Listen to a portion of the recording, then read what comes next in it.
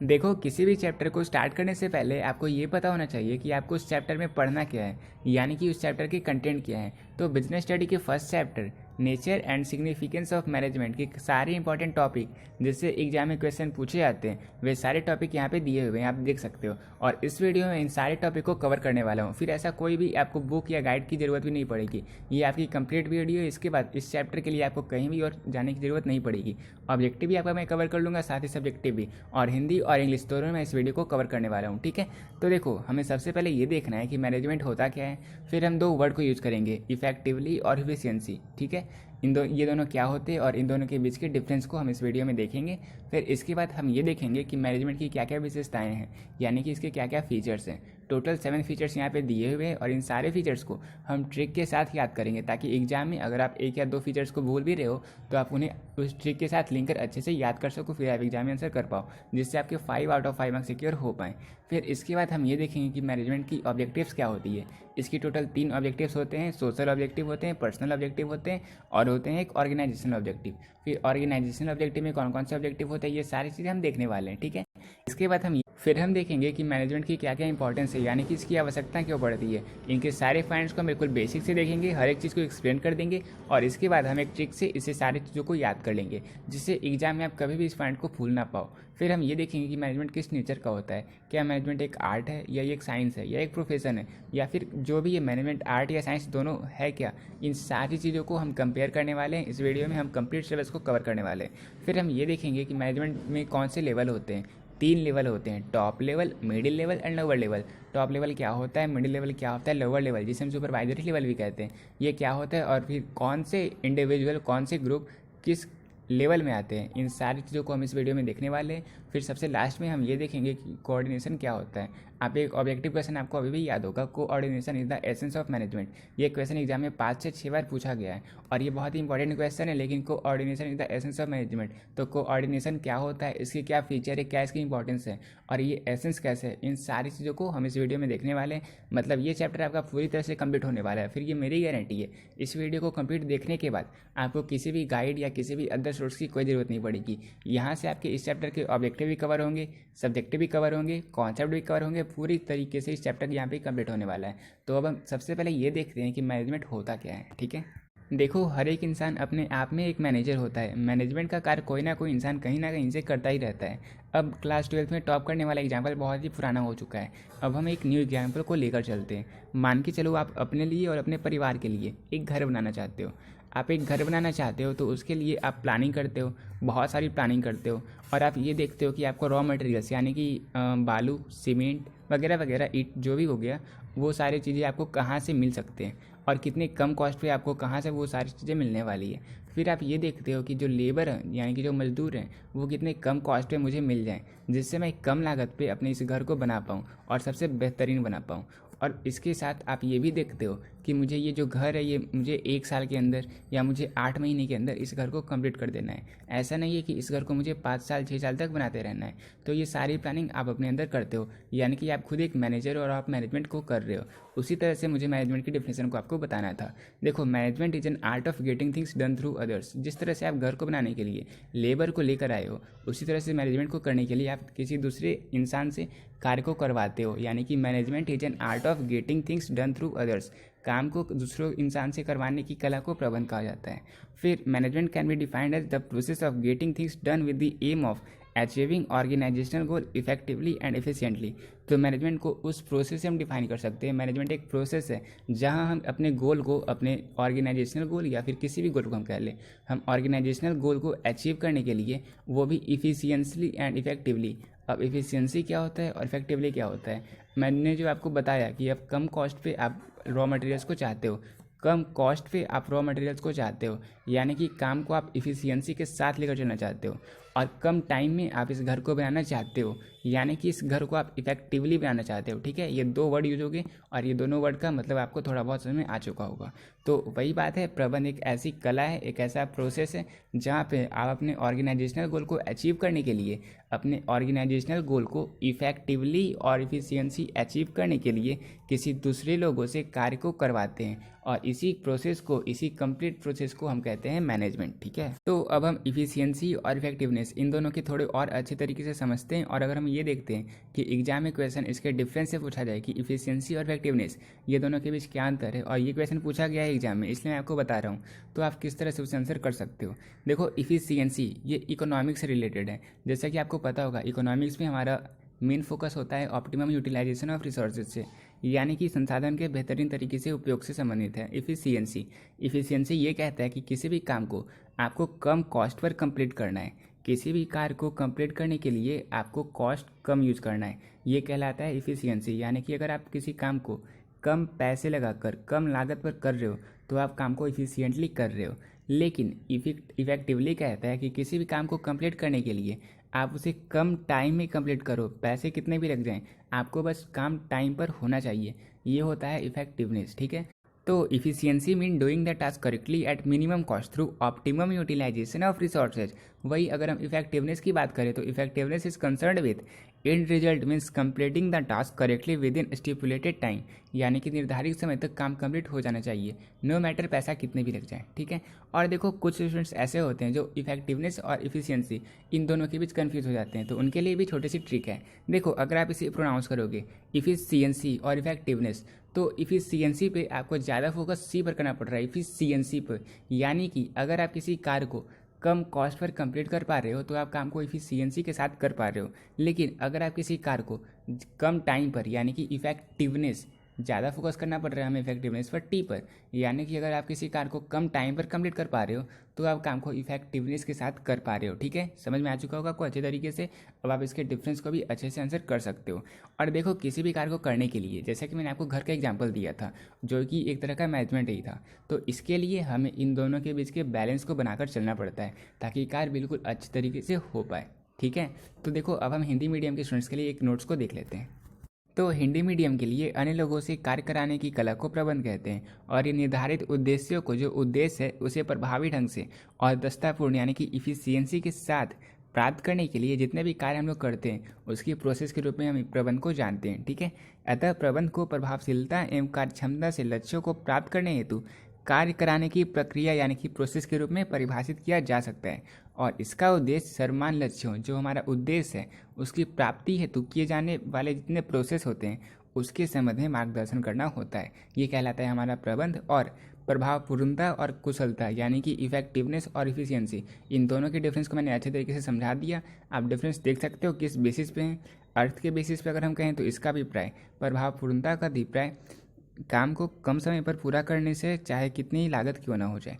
लेकिन कुशलता की बात करें तो इसका अभिप्राय काम को न्यूनतम लागत पर पूरा करने से है। न्यूनतम लागत कट चुका है, आप उसे अपने कॉपी में ऐड कर लेना। वही अगर हम उद्देश्य की बात करें तो प्रभावपूर्णता का उद्देश्य अंतिम परिणाम को समय पर प्राप्त करना से होता है। वही कुशलता का मेन उद्देश्य लागत लाभ विश्लेषण करना होता है।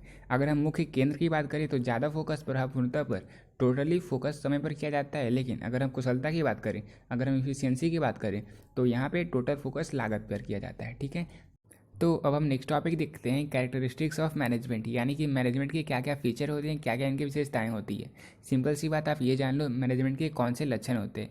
तो जैसा कि मैंने आपको एग्जांपल दिया था घर बनाने का, जब आप घर बनाते हो तो आप बहुत सारी चीज़ों को दिमाग में लेकर मैनेजमेंट करते हो। आपका फर्स्ट एंड फॉरमोस्ट मोटिव ये होता है कि जो भी मैं मैनेजमेंट का कार्य करूँ, जो भी प्रोसेस मैं करूँ, वे सारे एक ऑब्जेक्टिव के लिए हो। और वो ऑब्जेक्टिव ये है कि हमारा जो हमारा गोल था घर बनाने का, वो कंप्लीट हो, वो फुलफिल हो। तो फर्स्ट फीचर मैनेजमेंट का ये हो गया कि it is a goal oriented process, यानी कि ये एक उद्देश्यपूर्ण प्रक्रिया है। तो it is a goal oriented process which is to achieve already specified and desired objective, यानी कि जिस ऑब्जेक्टिव को लेकर हमने मैनेजमेंट करा था वो हम अचीव कर लें। और किस तरह से अचीव कर लें?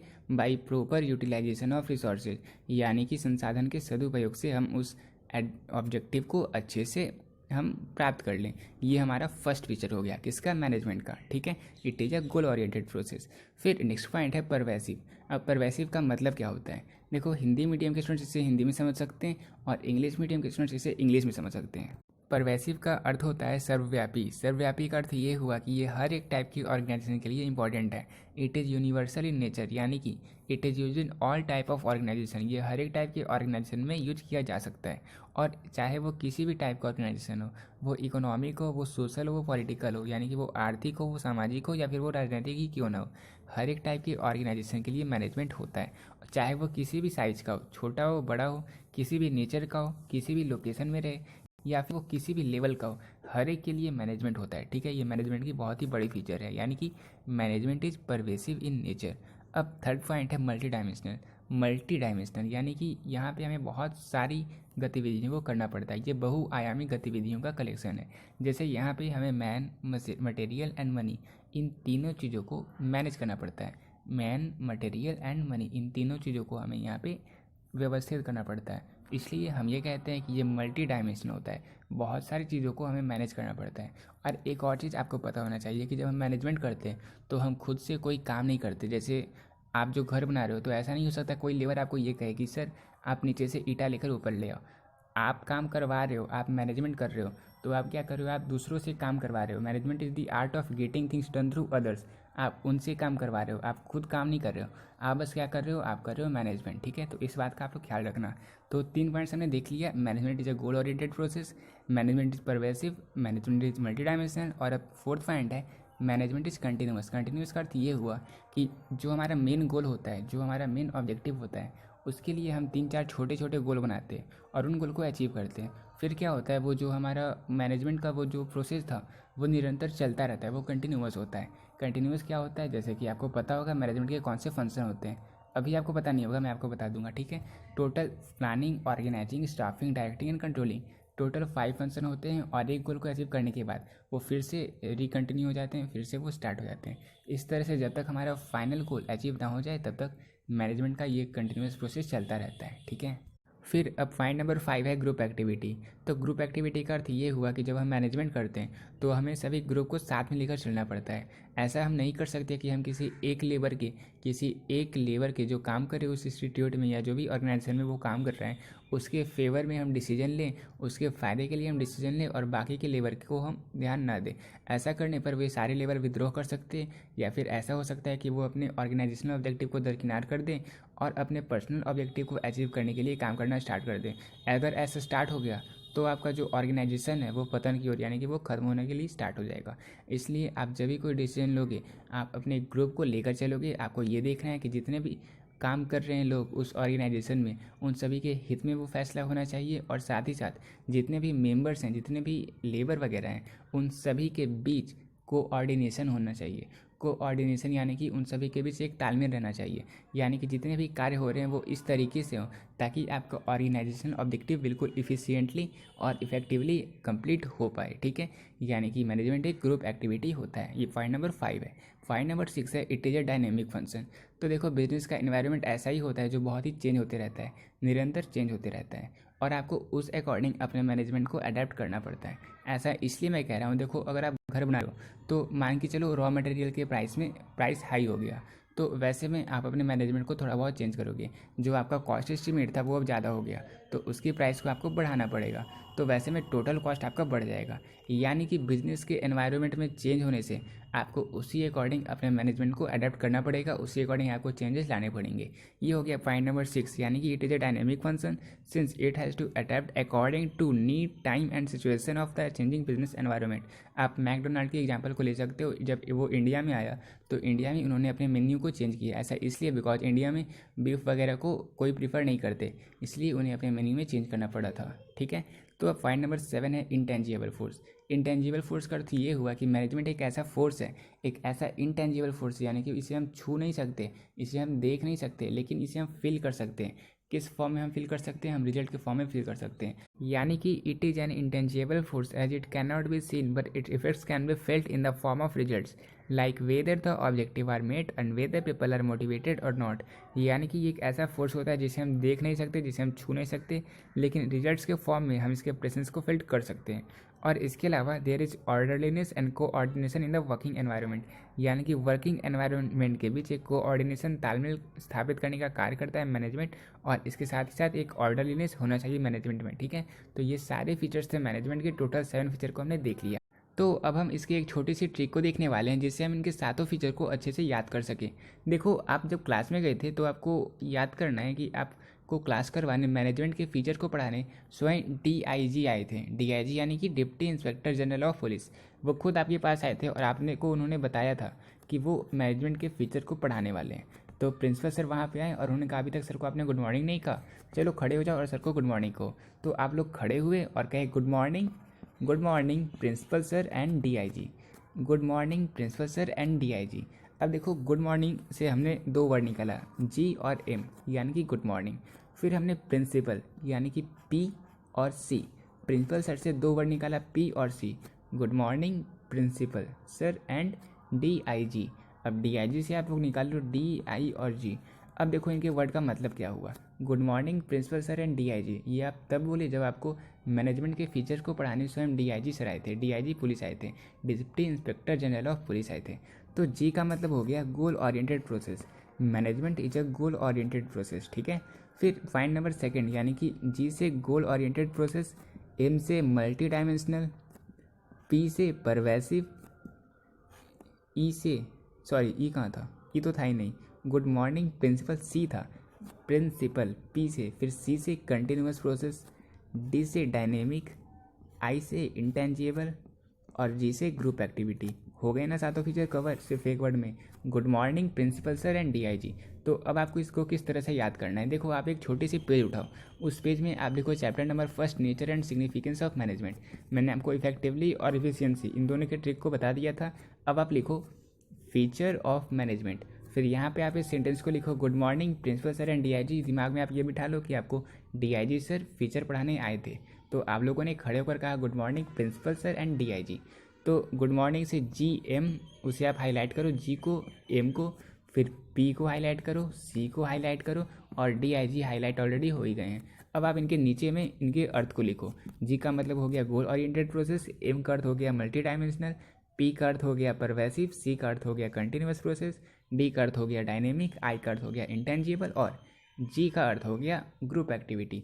देखो ये सारे जो मैं वर्ड बता रहा हूँ ये सारे मैं खुद यूज करता था और ये सारे ऐसे, अगर आपने इसे एक बार याद कर लिया तो आप खुद भगवान से ये करवाओगे कि ये क्वेश्चन एग्जाम में आ जाए, ताकि आप इसे आसानी से आंसर कर सको। आप कंप्लीट फीचर को आप अच्छे से आंसर कर सकते हो एग्जाम में और 5 आउट ऑफ 5 आप सिक्योर कर सकते हो, बशर्ते आपने एक बार इन सारे फीचर को पढ़ा हो, ठीक है। आपको इन्हें एक्सप्लेन करना है, ये क्वेश्चन एग्जाम में 5 मार्क का एग्जाम क्वेश्चन पूछा जाएगा। कभी कभी ऐसा होता है कि इनके एक एक पॉइंट से एग्जाम में 2 मार्क्स का क्वेश्चन पूछा जाता है, जैसे management is a group activity explain, इस तरह के क्वेश्चन है हमको दिखाने वाले हैं। तो हिंदी मीडियम के स्टूडेंट्स इस फाइंड को नोट कर सकते हो, प्रबंध की क्या क्या विशेषताएं हैं। पहले विशेषता तो ये हो गया कि एक उद्देश्यपूर्ण प्रक्रिया है। सेकंड, ये सर्वव्यापी है, यानी कि ये किसी भी टाइप के संगठन में, इन सभी टाइप के संगठन के लिए ये आवश्यक है, चाहे वो बड़े हों, चाहे वो छोटे हों, चाहे वो सामाजिक हों, चाहे वो आर्थिक हो या फिर वो राजनीतिक हैं, हर टाइप के ऑर्गेनाइजेशन के लिए मैनेजमेंट आवश्यक है। फिर थर्ड पॉइंट है बहुआयामी गतिविधियाँ, बिकॉज यहाँ पे हमें man, material and money in तीनों को मैनेज करना पड़ता है, यानी कि ये बहुआयामी गतिविधियाँ होती है, इनका कलेक्शन है। फिर फोर्थ पॉइंट है निरंतर चलने वाली प्रक्रिया है, तो ये निरंतर चलता रहता है। मैंने सभी चीज़ों को एक्सप्लेन कर दिया, आप उसे देख लेना, अच्छे से समझ में आ जाएगा। फिर फाइंड नंबर 5 है सामूहिक क्रिया, यानी कि एक ग्रुप एक्टिविटी है। इसी तरह से फाइंड नंबर 6 है गत्यात्मक कार्य। फाइंड नंबर 7 है उद्देश्य शक्ति, यानी कि इसका एक इंटेंजिबल फोर्स होता है, इंटेंजिबल फोर्स, और ये उद्देश्य जो हमारा गोल था, ऑब्जेक्टिव कंप्लीट करवाने में बहुत ही हेल्प करता है, ये एक फोर्स का कार्य करता है, ठीक है। कंप्लीट नोट्स को आपने अच्छे से नोट कर। अब हम देखते हैं नेक्स्ट टॉपिक, यानी कि ऑब्जेक्टिव ऑफ मैनेजमेंट। मैनेजमेंट के कौन कौन से उद्देश्य होते हैं। मैनेजमेंट के 3 टाइप के ऑब्जेक्टिव होते हैं, ऑर्गेनाइजेशनल ऑब्जेक्टिव, सोशल ऑब्जेक्टिव और पर्सनल ऑब्जेक्टिव। अब इन तीनों चीज़ों को हम अच्छे से देखते हैं। देखो, ऑर्गेनाइजेशनल ऑब्जेक्टिव वैसे ऑब्जेक्टिव होते हैं जो एक ऑर्गेनाइजेशन के द्वारा सेट किए जाते हैं। अब आप मान के चलो आप खुद एक बिजनेस को रन करते हो, आपका प्राइमरी ऑब्जेक्टिव क्या होना चाहिए। आपका प्राइमरी ऑब्जेक्टिव होगा कि जितने पैसे आप उस बिजनेस में लगा रहे हो, कम से कम उतने पैसे आप वापस रेवेन्यू के रूप में अर्न कर सको, ताकि आपको नो प्रॉफिट नो लॉस का सिचुएशन रहे, ठीक है। प्रॉफिट आप बाद में करोगे, पहले आप ये चाहोगे कि मैं कम से कम सर्वाइव कर पाऊँ उस बिजनेस में। ये आपका पहला ऑब्जेक्टिव होता है। ऑर्गेनाइजेशनल ऑब्जेक्टिव को हम 3 टाइप में डिवाइड करते हैं। पहला हो गया survival, second profit and third growth. फिर जब आप सर्वाइव कर पा रहे हो तो आप सोचते हो कि अब जितने पैसे मैं वापस बिजनेस में लगा रहा हूँ उससे ज़्यादा पैसे मैं अर्न कर सकूँ और यही कहलाता है प्रॉफिट, यानी कि जितने कॉस्ट आप उस पर लगा रहे हो उससे ज़्यादा रेवेन्यू आप अर्न कर पाओ, ये कहलाता है प्रॉफिट। और ये बहुत ही ज़्यादा इंपॉर्टेंट है, बिकॉज ऐसा हो सकता है कि आप कोई रिस्क ले रहे हो, जैसे आप बिजनेस में रिस्क लेते ही हो, और अगर आपको लॉस हो जाए तो उस केस में प्रॉफिट जो आप पहले ही अर्न कर चुके हो उससे आप उसे मेकअप कर सकते हो। लेकिन अगर आप रिस्क लो और आपको लॉस हो जाए और आपको प्रॉफिट पहले ना हुआ हो, तो वैसे में आपको बिजनेस को ख़त्म करना पड़ेगा, बंद करना पड़ेगा। तो इसके लिए पहला आपका ऑब्जेक्टिव होता है सर्वाइवल का, नेक्स्ट ऑब्जेक्टिव होता है प्रॉफिट का। और जब आप प्रॉफिट भी अच्छे से अर्न कर पा रहे हो, फिर आप चाहते हो कि अपने फ्यूचर पर्सपेक्टिव्स को बढ़ा सकें, यानी कि आप अपने ऑर्गेनाइजेशन की ग्रोथ को चाहते हो। तो ये आपके ऑर्गेनाइजेशनल ऑब्जेक्टिव के टोटल 3 ऑब्जेक्टिव होते हैं, ठीक है। और इसे आप ट्रिक से याद कर सकते हो, अभी मैं नहीं बताऊंगा, जब मुझे ऑब्जेक्टिव ऑफ मैनेजमेंट कंप्लीट बता देता हूँ, इसके बाद मैं इसके ट्रिक को आपको बता देता हूँ, ठीक है। तो अब हम देखते हैं सोशल ऑब्जेक्टिव क्या होता है। देखो, सोशल ऑब्जेक्टिव वैसे ऑब्जेक्टिव होते हैं जिनसे ऑर्गेनाइजेशन फुलफिल करने पर ऑर्गेनाइजेशन को कोई प्रॉफिट ना हो, लेकिन जिस सोसाइटी में, जिस समाज में ऑर्गेनाइजेशन अभी स्थित है, उनके सोसाइटी को उनसे बेनिफिट हो। जैसे आप देख सकते हो, कोई भी ऑर्गेनाइजेशन जब वो स्टार्ट होता है तो अपने आसपास के जितने भी युवा वर्ग के लोग होते हैं तो वो उन्हें नौकरी पे रखते हैं, उसके मेरिट के अकॉर्डिंग उन्हें अपने काम पे रखते हैं। तो उस केस में क्या होता है, उस सोसाइटी का विकास होता है और जितने भी पर्सन्स वहाँ पे पहले अनएम्प्लॉयड थे, अब उन्हें एम्प्लॉयमेंट का एक जरिया मिल गया। तो ये सारे ऑब्जेक्टिव कहलाते हैं सोशल ऑब्जेक्टिव। इसके अलावा भी वो कुछ इको फ्रेंडली यूज करते हैं, you know what, eco friendly machine use करते हैं जिससे ज़्यादा पॉल्यूशन वगैरह ना हो। तो ये सारे सोशल ऑब्जेक्टिव के अंतर्गत आते हैं। एक हो गया ऑर्गेनाइजेशनल ऑब्जेक्टिव, सेकंड हो गया सोशल ऑब्जेक्टिव, और थर्ड है हमारा पर्सनल ऑब्जेक्टिव। तो पर्सनल ऑब्जेक्टिव वैसे ऑब्जेक्टिव होते हैं जो ऑर्गेनाइजेशन के द्वारा सेट नहीं किए जाते, बल्कि ये ऐसे ऑब्जेक्टिव हैं जो ऑर्गेनाइजेशन में जितने भी पीपल, जितने भी लेबर वगैरह कार्य करते हैं, ये खुद से उनके ऑब्जेक्टिव होते हैं। जैसे कुछ लेबर चाहते हैं कि वो स्टेबल हो जाए, तो ये उनका अपना ऑब्जेक्टिव हो गया। कुछ लोग ये चाहते हैं कि अगर वो अच्छे कार्य करेंगे तो उन्हें रिवार्ड मिलेगा, तो ये उनका पर्सनल ऑब्जेक्टिव होता है। ऑर्गेनाइजेशन पे कुछ नहीं कर सकते, कई लोगों के अलग अलग ऑब्जेक्टिव होते हैं जो उस ऑर्गेनाइजेशन में कार्य करते हैं। तो इस तरह से टोटल 3 ऑब्जेक्टिव होते हैं और इन्हें हम किस तरह से याद कर सकते हैं, हालांकि ईजी है, फिर मैं आपको ट्रिक बता ही देता हूँ। तो आप सोप का नाम सुने होंगे, सोप यानी क्या होता है, साबुन, SOAP। यहाँ पे इसका अर्थ हो गया सोशल ऑब्जेक्टिव, ओ से हो गया ऑर्गेनाइजेशनल ऑब्जेक्टिव, और ए यहाँ पे साइलेंट रहेगा, पी का अर्थ हो गया पर्सनल ऑब्जेक्टिव, ठीक है। यानी कि आप ये समझ जाओ, पहले भी रुक जाओ, फिर ओ से जो हमारा ऑर्गेनाइजेशनल ऑब्जेक्टिव था, इसके भी 3 ऑब्जेक्टिव होते हैं, सर्वाइवल, प्रॉफिट एंड ग्रोथ। यानी कि सोप से हो गया हमारा 3 ऑब्जेक्टिव, और ऑर्गेनाइजेशनल ऑब्जेक्टिव के जो 3 ऑब्जेक्टिव थे उन्हें हम याद कर सकते हैं GPS से। GPS यानी कि जी से ग्रोथ, पी से प्रॉफिट और एस से सर्वाइवल का। तो हिंदी मीडियम के स्टूडेंट इसे नोट कर सकते हो। देखो, प्रबंध के जो उद्देश्य होते हैं, 3 उद्देश्य होते हैं, संगठनात्मक उद्देश्य, सामाजिक उद्देश्य और वैयक्तिक उद्देश्य। संगठनात्मक उद्देश्य में 3 टाइप के उद्देश्य होते हैं। पहला होता है जीवित रहने का, यानी कि सर्वाइवल का, सेकंड लाभ अर्जित करने का, और थर्ड विकास का। जीवित रहने का यानी कि जो प्रबंधक होते हैं वो ऐसे डिसीजन लेते हैं, सही डिसीजन लेते हैं जिससे कि ये सुनिश्चित हो सके कि व्यवसाय जो है वो लंबे समय तक जीवित रहे। ये हो गया जीवित रहने का। इसी तरह से फिर लाभ अर्जित करने का, और इसके बाद वो ग्रोथ यानी कि विकास का उनका ऑब्जेक्टिव होता है। ये हो गया ऑर्गेनाइजेशनल यानी कि संगठनात्मक उद्देश्य। फिर उनका होता है सामाजिक उद्देश्य, जो मैंने आपको अच्छे से बता दिया, होता है वैयक्तिक उद्देश्य यानी कि पर्सनल ऑब्जेक्टिव। तो अब हम जंप करते हैं नेक्स्ट टॉपिक की ओर।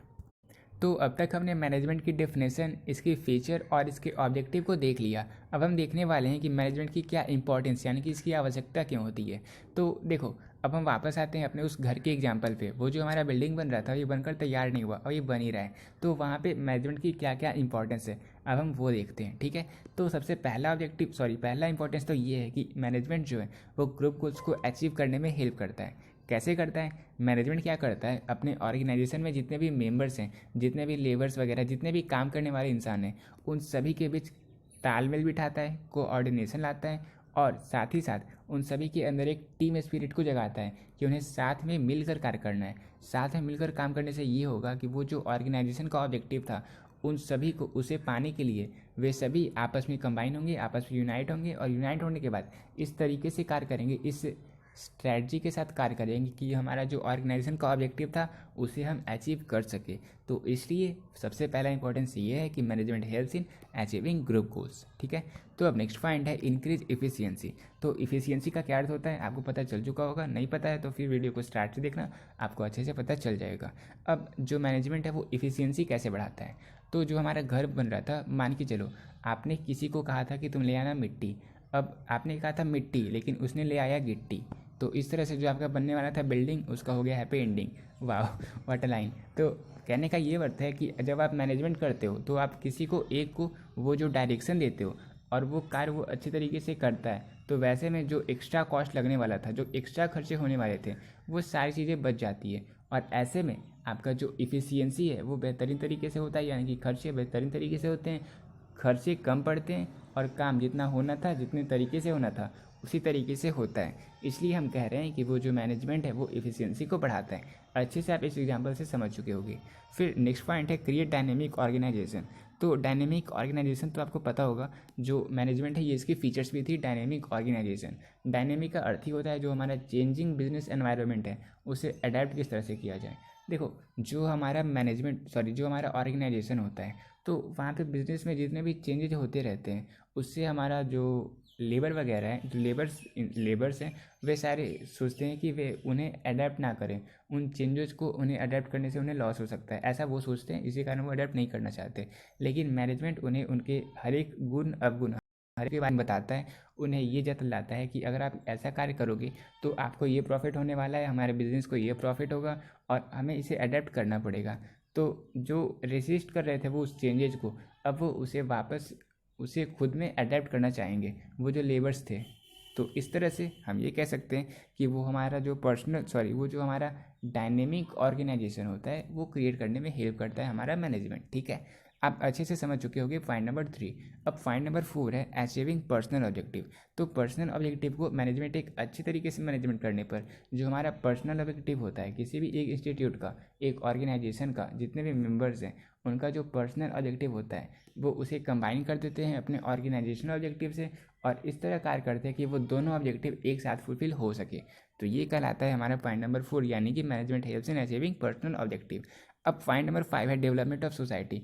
तो समाज की भलाई के लिए, समाज के विकास के लिए मैनेजमेंट बहुत ही इम्पॉर्टेंट है। इम्पॉर्टेंट इसलिए है बिकॉज किस तरह से एम्प्लॉयमेंट अपॉर्चुनिटी वो अपने सोसाइटी में क्रिएट करेगा या किस तरह से वो अपने सोसाइटी को कुछ दे सकता है, ये सारी चीज़ें मैनेजमेंट में तय होती है और एक अच्छे मैनेजमेंट से एक सोसाइटी की डेवलपमेंट बहुत बेहतरीन तरीके से। तो अब हम इंपॉर्टेंस ऑफ मैनेजमेंट को याद कैसे कर सकते हैं। देखो एक चीज़ मैं आपको बता दूं, ये जो मैं आपको मैनेजमेंट का चैप्टर पढ़ा रहा हूँ ये आपको एंटरप्रेन्योरशिप में ही पढ़ना है और अब क्योंकि मैंने आपको इस चैप्टर को कंप्लीट करवा दिया है तो अब आपको घंटों एंटरप्रेन्योरशिप पे टाइम नहीं देना, यानी कि डेली आप जो घंटों एंटरप्रेन्योरशिप पे टाइम देते थे अब आपको एंटरप्रेन्योरशिप पे टाइम नहीं देना, बिकॉज एंटरप्रेन्योरशिप का जो चैप्टर था मैनेजमेंट का उसे मैंने आपको बिजनेस स्टडी में पढ़ा दिया।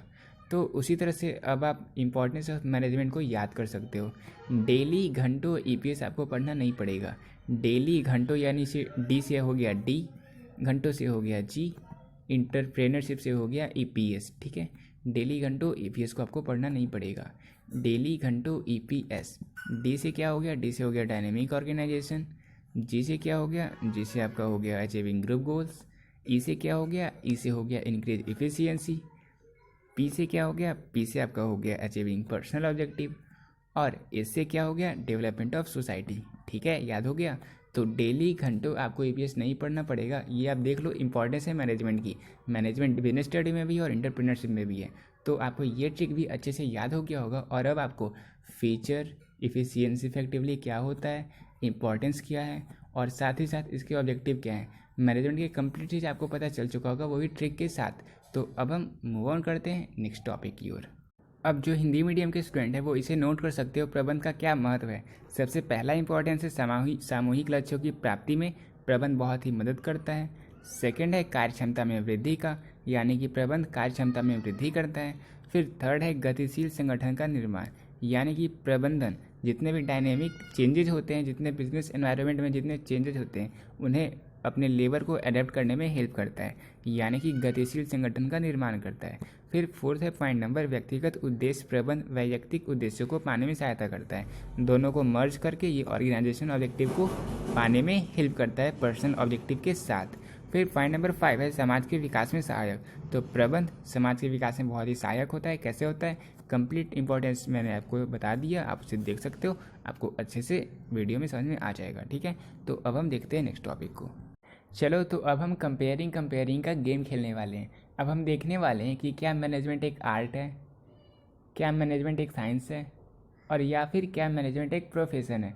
अब हम ये देखने वाले हैं। तो सबसे पहले हम ये देखते हैं कि क्या मैनेजमेंट एक आर्ट है, यानी कि मैनेजमेंट को हम आर्ट से कंपेयर करने वाले हैं। ठीक है, तो सबसे पहले आपको ये पता होना चाहिए कि आर्ट क्या होता है। आर्ट एक कला है। क्या होता है कला? देखो, किसी भी चीज़ में, किसी भी फील्ड में जाने के लिए, जैसे मान के चलो आपको सिंगिंग में इंटरेस्ट है, या फिर अगर आप वाइज हो तो आपको क्रिकेट में इंटरेस्ट होगा, तो आप क्रिकेटर बनना चाहते हो। ठीक है, तो क्रिकेटर बनने के लिए आपको उसकी थोड़ी सी थ्योरेटिकल नॉलेज होनी चाहिए। जैसे क्रिकेट में हुक शॉट, फुल शॉट वगैरह वगैरह बहुत सारे शॉट्स होते हैं, तो उन सभी चीज़ों के बारे में आपको पता होना चाहिए। आपको रूल्स रेगुलेशन के बारे में पता होना चाहिए, तभी आप अच्छे से क्रिकेटर बन सकते हो। एक बेहतरीन क्रिकेटर आप तभी बन सकते हो जब आपको क्रिकेट का कंप्लीट थ्योरेटिकल नॉलेज आपके पास होगा तो, और आपके पास वो सारे स्टडी मटेरियल अवेलेबल आपके पास होने चाहिए किसी भी टाइप के आर्ट के लिए। ठीक है, तो ये सबसे फर्स्ट पॉइंट हो गया एक आर्ट के लिए। फिर सेकेंड पॉइंट है पर्सनलाइज्ड एप्लीकेशन। तो देखो, कई सारे जो क्रिकेटर होते हैं तो किन्हीं का हैंड बहुत बेहतर होता है, कलाइयों का इस्तेमाल कोई करते हैं, तो वैसे में हर एक इंसान का वो पर्सन टू पर्सन डिपेंड करता है कि उनको उनकी प्रैक्टिस ज़्यादा करनी है, कौन किस चीज़ में वे ज़्यादा प्रोफेशनलाइज्ड हैं और किन चीज़ों में उनको प्रैक्टिस करने की ज़रूरत है। यानी कि ये जो आर्ट है, इनका बेसिक नॉलेज डिपेंड करता है पर्सन टू, यानी कि आर्ट के लिए सेकंड जो पॉइंट है वो है पर्सनलाइज्ड एप्लीकेशन, यानी कि पर्सन टू पर्सन ये जो बेसिक नॉलेज है वो वैरी करता है। फिर थर्ड पॉइंट है based on practice and creativity. तो ए बी डिविलियर्स या ईशान किशन, आप किसी का भी नाम ले लो, तो वो अपने क्रिएटिव शॉट्स के लिए जाने जाते हैं, और ऐसा इसलिए बिकॉज वो बहुत ही प्रैक्टिस करते हैं। अगर आप प्रैक्टिस ही नहीं करोगे, बस आप क्रिएटिव शॉट ही खेलोगे, तो वैसे में आप इंटरनेशनल लेवल पे कोई भी अच्छे मैच में आप नहीं चल पाओगे। इसके लिए आपको बहुत ही बेहतरीन प्रैक्टिस चाहिए, और साथ ही साथ कुछ क्रिएटिविटी भी चाहिए, जिससे आप किसी भी टाइप के बॉल पे, यॉर्कर पे जैसे MS धोनी हेलीकॉप्टर शॉट मार पाते हैं, तो उसी तरह की क्रिएटिविटी आपको अपने आर्ट में चाहिए। ये सारे आर्ट्स के कैरेक्टर है, उनके फीचर है। वही अगर हम मैनेजमेंट की बात करें तो देखो, जिस तरह का ऑर्गेनाइज्ड और सिस्टमेटिक स्टडी मटेरियल आर्ट्स के लिए चाहिए था, उसी तरह का सिस्टमेटिक वे में बहुत सारे लिटरेचर, बहुत सारे बुक्स अवेलेबल हैं। मैनेजमेंट के जितने भी डिफरेंट डिफरेंट एस्पेक्ट्स होते हैं, जितने भी पहलू होते हैं, उन सभी के लिए बहुत सारे स्पेशलाइज्ड बुक्स ऑलरेडी अवेलेबल हैं। तो ये फर्स्ट पॉइंट, तो फर्स्ट क्राइटेरिया तो फुलफिल कर रहा है। अब सेकेंड क्राइटेरिया था पर्सनलाइज्ड एप्लीकेशन का।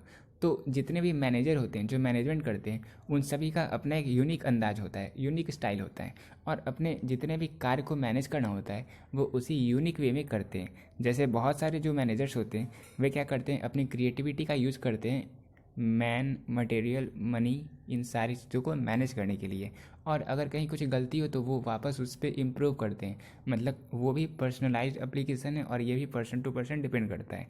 हर एक पर्सन यूनिक होता है, और उनका एक यूनिक वे होता है मैनेज करने का। किसी भी एक कार्य को 2 या 3 तरीके से वो मैनेज कर सकते हैं। ठीक है, तो सेकंड क्राइटेरिया भी फुलफिल हो रहा है। अब थर्ड क्राइटेरिया है based on practice and creativity. तो जैसा कि मैंने आपको अभी बताया कि ऐसे बहुत सारे कार्य हैं जो वो करते हैं, बहुत सारे अपने यूनिक अंदाज में वो उस कार्य को करते हैं, और अगर कुछ गलती होता है तो उससे वो इम्प्रूव करते हैं, जो कि यहाँ पे दिया हुआ है in applying management technique and his skills improve with regular application. जैसा वो रेगुलरली इसे प्रैक्टिस करते जाते हैं, उसी तरह से वो अपने मैनेजमेंट की इस जो उनका ये आर्ट है ये वो वापस से इम्प्रूव होते जाता है। यानी कि हम ये कह सकते हैं कि जो मैनेजमेंट है वो हाँ एक आर्ट है। ठीक है, तो अब हम ये देखने वाले हैं कि क्या मैनेजमेंट एक साइंस है। लेकिन इससे पहले आपको ये पता होना चाहिए कि साइंस होता क्या है। साइंस सिंपली विज्ञान है। अब इसकी डेफिनेशन तो आपको पता है, लेकिन इसकी फीचर क्या होती है, जिस फीचर पे हम मैनेजमेंट को देख सकते हैं, कंपेयर कर सकते हैं, वो क्या है। तो देखो, साइंस के किसी भी प्रिंसिपल को बनाने के लिए हम क्या करते हैं, जितने भी एक्सपेरिमेंट्स किए जाते हैं साइंटिस्ट के द्वारा, तो वे किसी भी एक्सपेरिमेंट को जब एक बार करते हैं, रेगुलरली उसे प्रैक्टिस करते हैं, और हर बार उन्हें ऑब्जर्व करते हैं कि किस रिजल्ट को हम बार बार पा रहे हैं, और उसी के अकॉर्डिंग किसी भी प्रिंसिपल्स को बनाया जाता है। साइंस के किसी भी प्रिंसिपल को उस एक्सपेरिमेंट के, उस ऑब्जर्वेशन के अकॉर्डिंग बनाया जाता है। तो सबसे पहली बात तो ये है principle based on experiment and observation. Second है सिस्टमेटाइज्ड बॉडी ऑफ नॉलेज। तो ये तो सिंपल सी बात है, ये सिस्टमेटाइज्ड बॉडी ऑफ नॉलेज है, यानी कि ये जो साइंस है ये प्रिंसिपल और एक्सपेरिमेंट पर बेस्ड होते हैं। फिर इसके बाद है यूनिवर्सल वैलिडिटी। तो साइंस, अगर हम दुनिया के किसी भी कोने में चले जाएं, मान के चलो अगर अभी हम इंडिया में अगर हम किसी बॉल को छोड़ेंगे तो वो नीचे ही जाएगा। ठीक है, because of what, because of gravity. लेकिन अगर हम अमेरिका जाएंगे तो अगर हम उसे बॉल को छोड़ेंगे तो वो ऊपर जाएगा? बताओ, ऐसा हो सकता है? नहीं। बिकॉज पृथ्वी के किसी भी कोने में चल जाओ, साइंस का ये प्रिंसिपल कहता है कि पृथ्वी पे है ग्रेविटी, और ग्रेविटी किसी भी चीज़ को अगर आप छोड़ोगे तो वो पृथ्वी के पास आएगा, पृथ्वी के समीप आएगा, और वो अगर हम बॉल को छोड़ेंगे तो वो नीचे ही आएगा। यानी कि दुनिया के किसी भी कोने में चल जाएं, साइंस का प्रिंसिपल कभी गलत साबित नहीं हो सकता, और ये हमेशा एक्सपेरिमेंट और ऑब्जर्वेशन पे बनाया जाता है। तो ये सारे साइंस के फीचर्स होते हैं। अब अगर हम मैनेजमेंट को इस पर कंपेयर करेंगे तो हम पाएंगे कि हाँ, मैनेजमेंट भी तो सिस्टमेटाइज बॉडी ऑफ नॉलेज है, ये तो हमने आर्ट में भी देख लिया। लेकिन अगर जो हमारा सेकंड था, principle based on experiment and observation, तो ये भी जो मैनेजमेंट है, ये भी हमेशा जो मैनेजर्स होते हैं वो एक्सपेरिमेंट करते हैं, वो ऑब्जर्व करते हैं, फिर उसके अकॉर्डिंग एक मैनेजमेंट के प्रिंसिपल्स को लेकर आते हैं। तो ये भी तो सही हो रहा है, लेकिन इसमें हमको ये भी देखना है, ह्यूमन फैक्टर होने के कारण हर एक मैनेजर की अलग अलग कैपेबिलिटी होती है, क्रिएटिविटी लेवल होती है, और उसी के अकॉर्डिंग वो उस प्रिंसिपल्स को क्रिएट करते हैं। और ऐसा हो सकता है वो जो मैनेजर है वो उस ऑब्जर्वेशन को किया हो, वो उस एक्सपेरिमेंट को किया हो, अब बिजनेस एनवायरनमेंट चेंज हो चुका हो और अब वो वाली प्रिंसिपल्स यहाँ पे वैलिड नहीं हो पाए। तो ऐसा भी हो सकता है, ठीक है, आप खुद सोच लो, होगा कि नहीं होगा। तो यहाँ पे हम ये तो कह रहे हैं कि यहाँ थोड़ा बहुत मैच कर रहा है, लेकिन पूरी तरह से मैच नहीं कर पा रहा है। फिर थर्ड पॉइंट है यूनिवर्सल वैलिडिटी। तो देखो, ये जो मैनेजमेंट के प्रिंसिपल्स होते हैं, ये भी ऐसा नहीं है कि ये जो लिख दिया एक बार हो गया यही कंफर्म होगा। डायनेमिक ऑर्गेनाइजेशन होता है इसी कारण, और मैनेजमेंट का ये फीचर भी है कि ये एक डायनेमिक होता है, यानी कि चेंजिंग सिचुएशन के अकॉर्डिंग हमें मैनेजमेंट के प्रिंसिपल को चेंज करना पड़ता है। तो हम ये भी नहीं कह सकते कि मैनेजमेंट की यूनिवर्सल एप्लीकेबिलिटी होती है।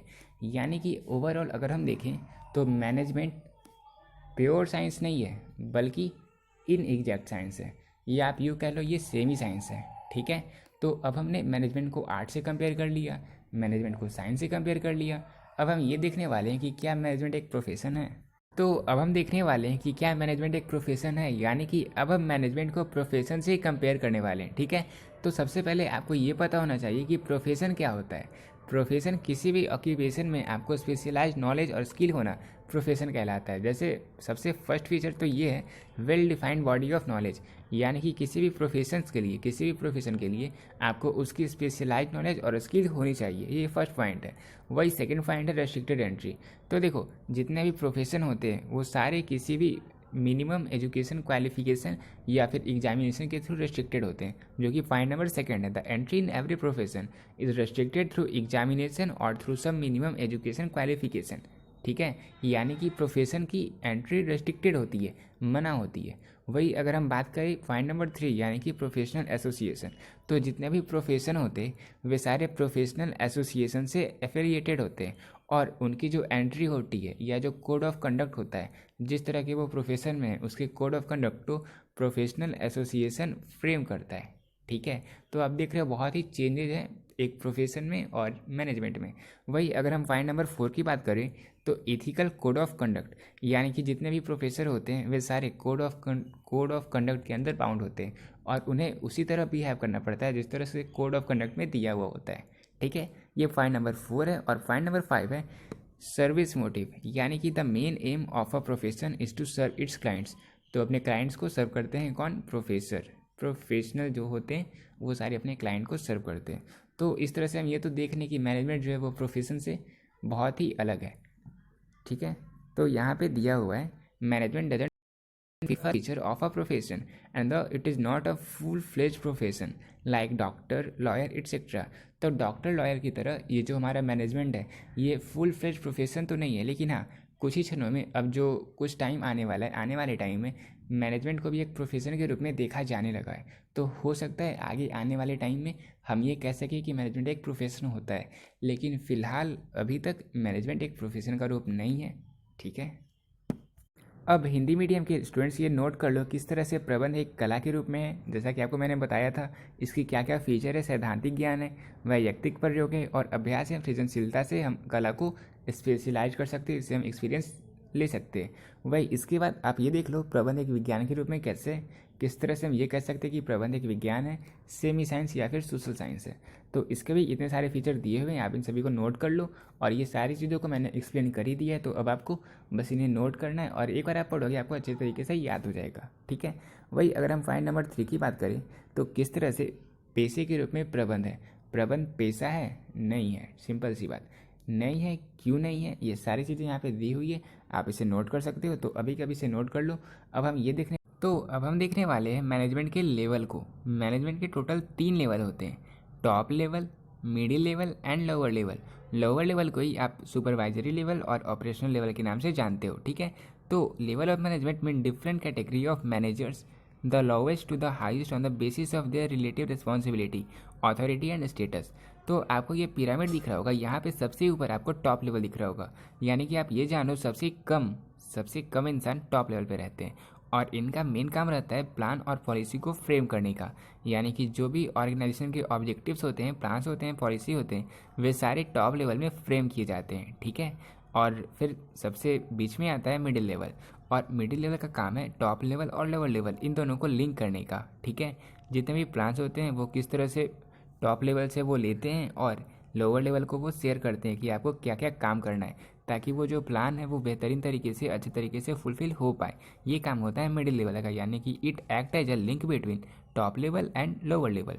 फिर अगर हम बात करें लोअर लेवल का, तो इसका तो बहुत ही नाम है, ऑपरेशनल लेवल, सुपरवाइजरी लेवल।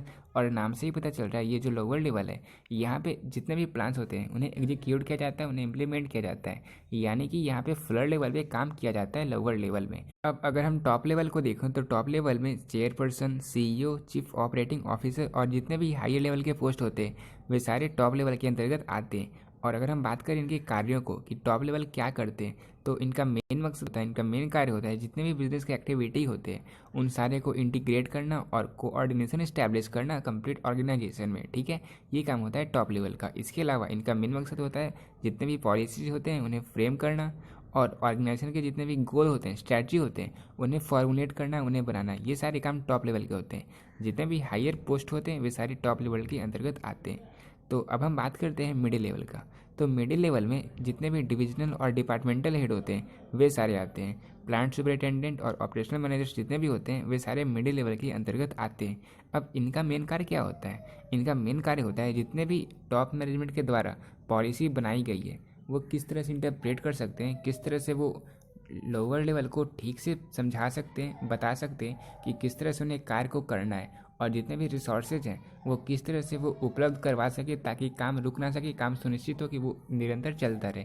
तो ये सारे काम रहते हैं मिडिल लेवल के, इनके ऊपर ये सारी रिस्पॉन्सिबिलिटी होती है। और साथ ही साथ वो ये भी इंश्योर करते हैं कि जितने भी रॉ मटेरियल्स हैं, जितने भी रिसोर्सेज हैं वो सारे वही अगर हम लोअर लेवल या सुपरवाइजरी और ऑपरेशनल लेवल की बात करें तो इसके मैनेजमेंट का ये काम होता है कि वर्कर्स के जितने भी प्रॉब्लम्स हैं, जितने भी ग्रेवेंस हैं, उन सभी को हायर अथॉरिटी तक पहुंचाया जाए। और इसके अलावा वर्कर्स के बीच एक गुड वर्किंग कंडीशन, एक अच्छी हेल्दी कंडीशन को प्रोवाइड करना, मेंटेन करना, ये काम होता है लोअर लेवल मैनेजमेंट का। और इसके अलावा वर्कर की सेफ्टी का कार्य होता है। तो ये सारे जितने भी कार्य हैं ये सारे होते हैं लोअर लेवल और सुपरवाइजरी लेवल के। इसके अंतर्गत फोरमैन और सुपरवाइजर ये सारे आते हैं। ठीक है, तो अब आपको लोअर लेवल, मिडिल लेवल और टॉप लेवल ये तीनों चीज़ पता चल चुका होगा। अगर एग्जाम में ये क्वेश्चन पूछा जाए supervisory level is also known as, तो आप आंसर कर सकते हो ऑपरेशनल लेवल और या फिर लोअर लेवल मैनेजमेंट। ठीक है, तो प्रबंध के 3 स्तर होते हैं, उच्च स्तरीय प्रबंध, मध्य स्तरीय प्रबंध और निम्न स्तरीय प्रबंध। इनके प्रमुख कार्य क्या क्या हैं और इनके अंतर्गत कौन कौन आते हैं ये सारी चीज़ें मैंने आपको बता दी, यहाँ पे लिखी हुई, आप इसे नोट कर लेना। ठीक है, एग्जाम के लिए ये क्वेश्चन बहुत ही ज़्यादा इंपॉर्टेंट है। तो अब हम देखने वाले हैं फंक्शन ऑफ मैनेजमेंट, यानी कि मैनेजमेंट के क्या क्या कार्य होते हैं। देखो, मैनेजमेंट के टोटल 5 कार्य हैं, 5 फंक्शन है, planning, organising, staffing, directing and controlling. और इन पांचों पॉइंट को, इन पांचों फंक्शन को हम सेपरेट चैप्टर में पढ़ने वाले हैं, और तब हम इन्हें बिल्कुल डिटेल में पढ़ेंगे। लेकिन अभी हमें बस 5 मार्क्स के क्वेश्चंस को कवर करने के लिए हमें इस टॉपिक को पढ़ना है कि प्लानिंग के टोटल 5 सॉरी मैनेजमेंट के टोटल 5 फंक्शन होते हैं, planning, organising, staffing, directing and controlling.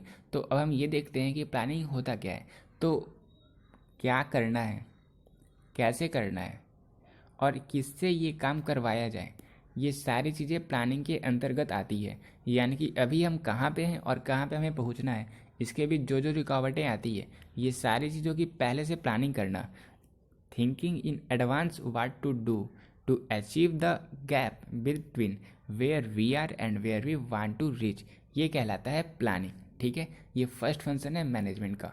सारी चीज़ें जो भी मैं कह रहा हूँ ये हर एक पॉइंट इंपॉर्टेंट है और इसे आपको अच्छे से सुनना है, नहीं तो ऐसा हो सकता है आपका एक या दो ऑब्जेक्टिव छूट जाए अगर आप मेरी बातों पर गौर से नहीं सुनोगे तो। इसलिए मैंने आपको कहा था मुझे आपका 100% डेडिकेशन, 100% अटेंशन चाहिए। तो अब नेक्स्ट पॉइंट है, जो नेक्स्ट फंक्शन है वो है ऑर्गेनाइजिंग। तो ऑर्गेनाइजिंग क्या करता है, वो एक फ्रेम डिसाइड करता है कि किस तरह से जितने भी कार्य हैं उन सभी को बांटा जाए, उन्हें सब यूनिट में डिवाइड किया जाए और हर एक पोस्ट के लिए कितने लोगों की ज़रूरत है, उस यूनिट में कितने इंसान को डाला जाए, इस यूनिट में कितने इंसान को डाला जाए, और जो अथॉरिटी है और रिस्पॉन्सिबिलिटी है, किन्हें किस अमाउंट में अथॉरिटी दिया जाए, रिस्पॉन्सिबिलिटी दिया जाए, ताकि ऑर्गेनाइजेशन का कार्य बिल्कुल बेहतरीन तरीके से, अच्छे तरीके से हो पाए। ये सारे काम ऑर्गेनाइजिंग के होते हैं और ये सारे काम ऑर्गेनाइजिंग के अंतर्गत आते हैं। बिल्कुल डिटेल में हम इन सारी चीज़ों को पढ़ेंगे। अथॉरिटी क्या होता है, रिस्पॉन्सिबिलिटी क्या होता है, डेलीगेशन क्या होता है, इन सारी चीज़ों को हम पढ़ेंगे बस, लेकिन ऑर्गेनाइजिंग के चैप्टर में। ठीक है, अभी बस आप इतना जान लो कि प्लानिंग क्या होता है, ऑर्गेनाइजिंग क्या होता है। अब हम ये बताने वाले हैं स्टाफिंग क्या होता है। तो देखो, जितने भी पर्सन होते हैं, जितने भी लेबर वगैरह होते हैं, या कोई भी मैनेजर, जो भी आप देख लो, जो भी लोग होते हैं, उन सभी को ऑर्गेनाइजेशन में लाने के लिए सबसे पहले हम क्या करते हैं, सबसे पहले हम करते हैं रिक्रूटमेंट। सबसे पहले हम उन्हें बुलवाते हैं अपने ऑर्गेनाइजेशन में। फिर इसके बाद हम उनका सिलेक्शन करते हैं, जो भी सबसे बेस्ट सूटेबल पर्सन होते हैं उनका हम सिलेक्शन करते हैं। इसके बाद हम उन्हें ट्रेनिंग प्रोवाइड करते हैं, उनका ट्रेनिंग प्रोवाइड करते हैं कि किस तरह से काम को आपको करना है। ये सारी ट्रेनिंग हम उन्हें सिलेक्शन के अंदर, स्टाफिंग के अंतर्गत हम उन्हें प्रोवाइड करते हैं। तो इस तरह से स्टाफिंग क्या है, staffing refer to recruitment, selection and training and development and appointment of the employees. ठीक है, फिर अब पॉइंट नंबर 4 है डायरेक्टिंग।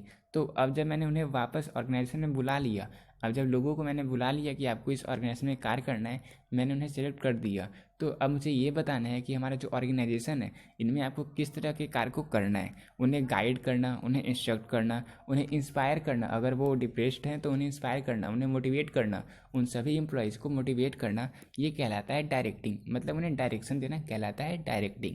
ठीक है, और ये है फंक्शन 4। फिर जो लास्ट फंक्शन है वो है कंट्रोलिंग। कंट्रोलिंग क्या करता है, हम जो प्लान किए थे और जो हमारा एक्चुअल रिजल्ट है, इन दोनों को कंपेयर करता है और ये देखता है कहीं हमने कुछ गलत तो नहीं किया। इन सारी चीज़ों को कंट्रोलिंग एनालिसिस करता है और इसके बाद वो फिर से प्लानिंग डिसाइड करता है कि अब हम किस तरह से प्लानिंग करें और किस तरह के हम एक्शन लें, ताकि नेक्स्ट टाइम जब हम प्लानिंग के बाद जब हम पहुँचे कंट्रोलिंग तक, तो हमारा जो एंड रिजल्ट हो और हमारा जो एक्सपेक्टेशन हो, दोनों मेट कर सके। तो ये कहलाता है कंट्रोलिंग। तो अब हमने मैनेजमेंट के कंप्लीट फंक्शन, टोटल 5 फंक्शन थे, कंप्लीट फंक्शन को देख लिया और ये क्वेश्चन एग्जाम में 5 मार्क के क्वेश्चन में पूछा जा सकता है। तो मैनेजमेंट के टोटल 5 फंक्शन होते हैं, 5 कार्य होते हैं: नियोजन, संगठन, नियुक्तिकरण, निर्देशन और नियंत्रण। ठीक है, इन सारे पॉइंट को आप अपने कॉपी में नोट कर लो। चलो, तो अब फाइनली हम इस चैप्टर के लास्ट टॉपिक तक पहुंच चुके हैं। लास्ट टॉपिक है कोऑर्डिनेशन, और coordination is the essence of management, explain. ये क्वेश्चन बिहार बोर्ड का सबसे फेवरेट क्वेश्चन रहा है। ये क्वेश्चन अब तक एग्जाम में 5 से 6 बार पूछा जा चुका है और बहुत सारे स्टूडेंट्स ऐसे हैं जिन्हें इनकी डेफिनेशन तक नहीं पता। तो यहाँ पे आपको इसका आंसर भी दिया हुआ है, आप इसे पढ़ सकते हो। देखो, कोऑर्डिनेशन क्या होता है। कोऑर्डिनेशन मैनेजमेंट की तरह ही एक ऐसा फोर्स होता है जो मैनेजमेंट के फंक्शंस और डिपार्टमेंट के जितने भी एक्टिविटीज़ होते हैं उन सभी को सिंक्रोनाइज करने का कार्य करता है, उन सभी को साथ में लेकर चलने का कार्य करता है। कोऑर्डिनेशन होता क्या है, ये आप समझ लो समन्वय से होता है, समन्वय होता है, ये आप ये समझ लो एक अच्छा तालमेल बिठाना। जितने भी ऑर्गेनाइजेशन के एम्प्लॉयज़ हैं उन सभी के बीच एक अच्छा तालमेल होना ही कहलाता है कोऑर्डिनेशन। ठीक है, अब जैसे आप मान लो अगर किसी भी ऑर्गेनाइजेशन में एम्प्लॉयज़ के बीच कोऑर्डिनेशन नहीं होगा तो वे कम्युनिकेट नहीं कर पाएंगे, और अगर कम्युनिकेट नहीं कर पाएंगे तो कम्युनिकेशन बैरियर आ जाएगा वापस बीच में, और अगर कम्युनिकेशन बैरियर बीच में आ गया तो किसी भी काम का ओवरलैपिंग होगा, डुप्लीकेशन होगा, लेट-लतीफ़ी वगैरह वगैरह, बहुत सारे ऐसे प्रॉब्लम्स हैं जो क्रिएट हो सकते हैं अगर कोऑर्डिनेशन किसी मैनेजमेंट के बीच में ना रहेगा तो। ठीक है, तो आप समझ सकते हो कि मैनेजमेंट के चाहे कोई भी लेवल हो, top level, middle level, lower level, हर एक लेवल को कोऑर्डिनेशन के साथ चलना पड़ता है, एक ग्रुप क्रिएट करके चलना पड़ता है, ताकि किसी भी तरह का कन्फ्यूजन ना हो और हर एक कार्य बिल्कुल अच्छे से जिस तरह से होनी चाहिए उस तरह से हो पाए। इसलिए हम ये कहते हैं कि जो कोऑर्डिनेशन है वो मैनेजमेंट का कोई एक सेपरेट फंक्शन नहीं है, बल्कि वो मैनेजमेंट की आवश्यकता है। मैनेजमेंट की आवश्यकता यानी कि essence of management is known as coordination. तो आई होप आपको ये चीज़ें अच्छे से पता चल चुका होगा। अब हम ये देखते हैं कि जो हमारा कोऑर्डिनेशन है इसकी क्या क्या फीचर्स है। यहाँ पे एक डायग्राम बना हुआ है, आप इसे देख सकते हो। Planning, organising, staffing, directing and controlling, इन सभी के बीच में कोऑर्डिनेशन होना चाहिए, तभी कोई भी बिजनेस अच्छे से कार्य कर पाएगा, कोई भी ऑर्गेनाइजेशन अच्छे से कार्य कर पाएगा। ठीक है, तो अब हम देखते हैं कोऑर्डिनेशन के फीचर यानी कि इसकी विशेषताओं को। देखो, कोऑर्डिनेशन का फर्स्ट फीचर है कि इट इंटीग्रेट ग्रुप एफर्ट्स, यानी कि एक ऑर्गेनाइजेशन में जितने भी एक्टिविटीज़ हो रही है जो एम्प्लॉयज़ के द्वारा किया जा रहा है, हर एक एक्टिविटी को वो इस तरह से ग्रुप करता है, जितने भी इंडिविजुअल कार्य कर रहे हैं उन सभी के कार्य को ग्रुप करके वो डायरेक्ट करता है ऑर्गेनाइजेशन के गोल को अचीव करने में। जिससे क्या होता है, जिससे बिजनेस का जितना भी कार्य हो रहा है, बिजनेस के अंतर्गत जितने कार्य हो रहे हैं उन्हें एक डायरेक्शन प्रदान किया जाए, और वो जो डायरेक्शन हो वो इस तरह का डायरेक्शन हो कि जो ऑर्गेनाइजेशन का गोल है वो आसानी से और अच्छे तरीके से मिल सके, जल्द से जल्द अचीव हो सके। ये कार्य करता है कोऑर्डिनेशन, यानी कि कोऑर्डिनेशन इंटीग्रेट ग्रुप एफर्ट्स। ठीक है, अब पॉइंट नंबर 2 है coordination ensure unity of action, यानी कि जो कोऑर्डिनेशन है, समन्वय यानी कि जो तालमेल है, वो क्या करता है, जितने भी डिपार्टमेंट के एम्प्लॉयज़ हैं उन सभी के जो गोल्स होते हैं, जो ऑब्जेक्टिव्स होते हैं, उन सभी को एक कॉमन गोल्स में कन्वर्ट करता है। और वो जो कॉमन गोल्स होता है वो हर एक इंडिविजुअल के गोल को समाहित करके होता है, यानी कि उन्हें कंबाइन करके बनता है। और उस गोल को अचीव करने के लिए हर एक इंडिविजुअल पूरी तरह से कोशिश करता है, अपने एक्शन को करने में वो बिल्कुल हिचकिचाता नहीं है, बल्कि पूरी तरह से पूरी शिद्दत के साथ वो उस कोशिश में लगा रहता है। और इस तरह से coordination ensure unity of action, यानी कि सभी साथ में उस कार्य को करने के लिए, उस कॉमन गोल को अचीव करने के लिए कार्य करते हैं। ठीक है, ये हो गया पॉइंट नंबर 2। अब पॉइंट नंबर 3 है coordination is a continuous process. तो सिंपल सी बात है, कोऑर्डिनेशन यानी कि जो तालमेल है ये हमेशा रहना चाहिए। जब तक कोई ऑर्गेनाइजेशन एग्जिस्ट कर रहा है तब तक ऑर्गेनाइजेशन के मेंबर्स के बीच, उनके एम्प्लॉयज़ के बीच, top level, middle level, lower level, तीनों के बीच कोऑर्डिनेशन होना ज़रूरी है।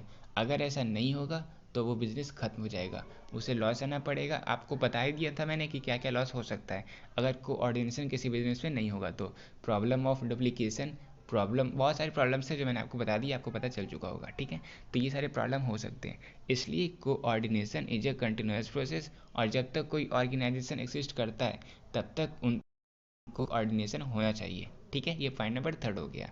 अब पॉइंट नंबर 4 है coordination is all pervasive function.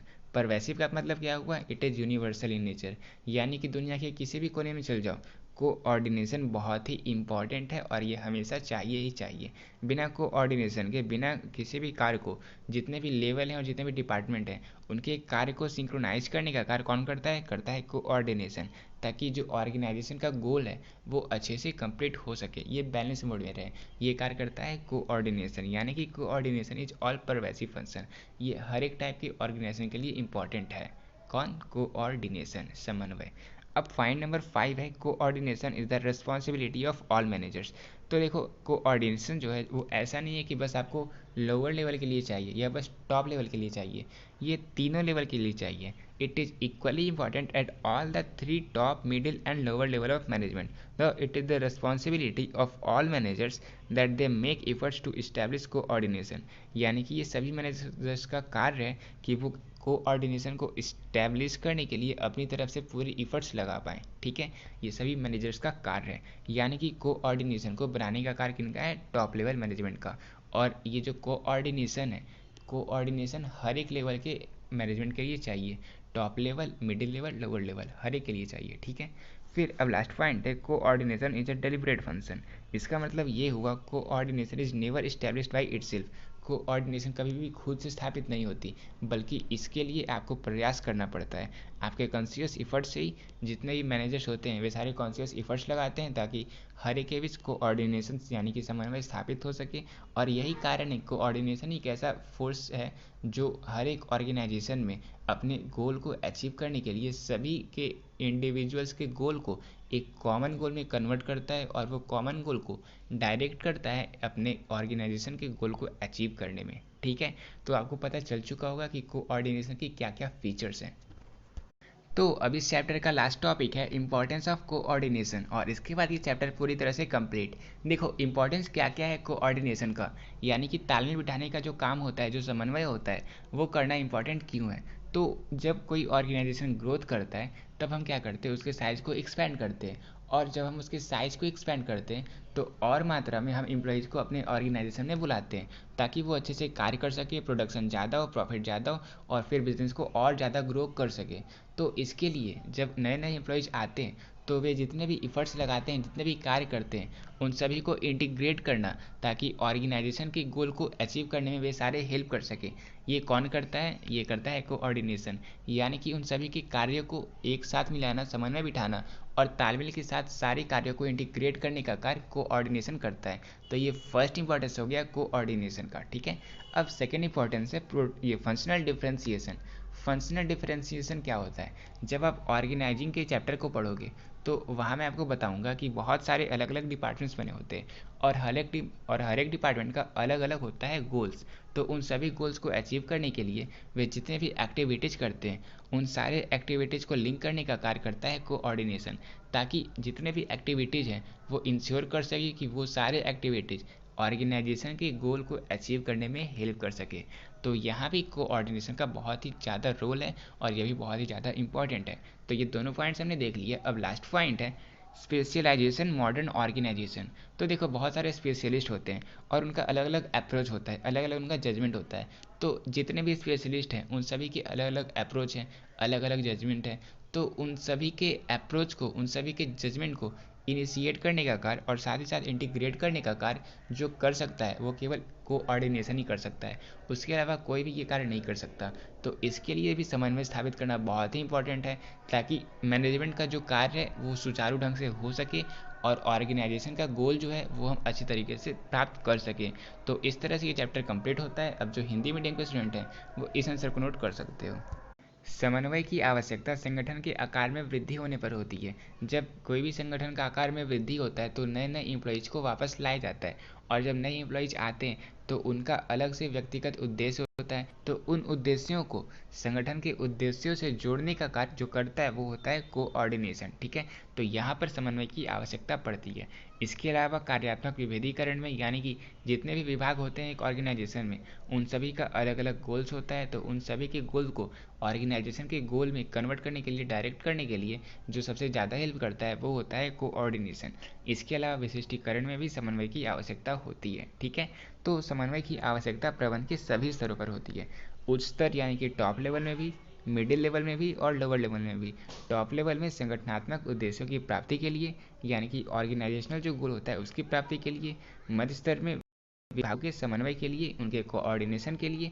और निम्न स्तर में कार्यों तथा योजनाओं का समन्वय के लिए, यानी कि जितने भी वर्क हो रहे हैं, जितने भी पॉलिसीज प्लान्स वगैरह थे, उन सभी के बीच कोऑर्डिनेशन इस्टेब्लिश करने के लिए लोअर लेवल पे कोऑर्डिनेशन का इंपॉर्टेंस होता है, ठीक है। तो अब इस चैप्टर के कंप्लीट टॉपिक को हमने इस वीडियो में कवर कर लिया। वैसा कोई भी टॉपिक नहीं बचा जो इस चैप्टर से हमने ना किया हो।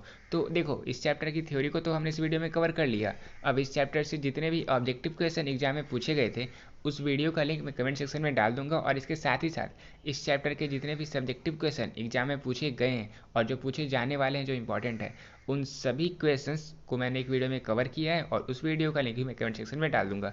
तो आप कमेंट सेक्शन पे क्लिक करना, वहाँ पे आपको सबसे ऊपर में पिन कमेंट मिलेगा, मेरे ही कमेंट होगा वो, और उस कमेंट में आपको ऑब्जेक्टिव और सब्जेक्टिव दोनों वीडियो का लिंक मिल जाएगा। वहाँ से आप इस वीडियो को देख लेना। फिर ऐसा कोई भी क्वेश्चन नहीं हो सकता इस चैप्टर का जो आप सॉल्व ना कर पाओ। तो मिलते हैं अपने नेक्स्ट वीडियो में एक नए चैप्टर के साथ।